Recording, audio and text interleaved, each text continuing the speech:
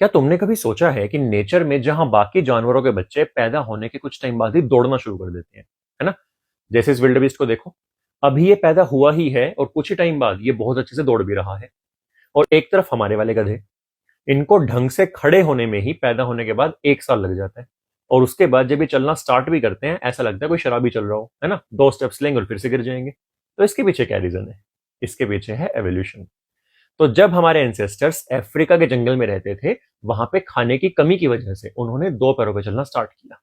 अब 2 पैरों पर चलने के बहुत सारे फायदे हैं, उसमें सबसे बड़ा फायदा है कि आपके हाथ फ्री हो जाते हैं। और इन फ्री हाथों से आप चीजों को क्या कर सकते हैं? आप चीजों को होल्ड कर सकते हैं।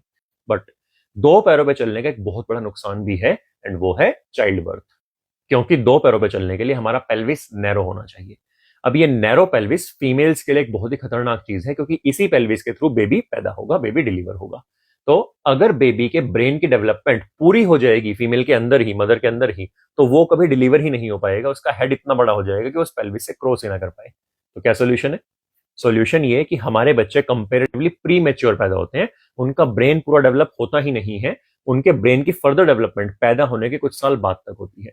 तभी अगर तुमने नोटिस किया हो कि जितनी भी चीजें हैं, चाहे चलना है चाहे बोलना है, वो हमारे जो न्यूबॉर्न्स हैं वो कुछ साल बाद स्टार्ट करते हैं। क्यों? क्योंकि उनके ब्रेन की डेवलपमेंट चल रही है। तो कौन कहता है एवोल्यूशन बोरिंग है? बस इंटरेस्टिंग बनाने वाला टीचर चाहिए। Make sure to follow me.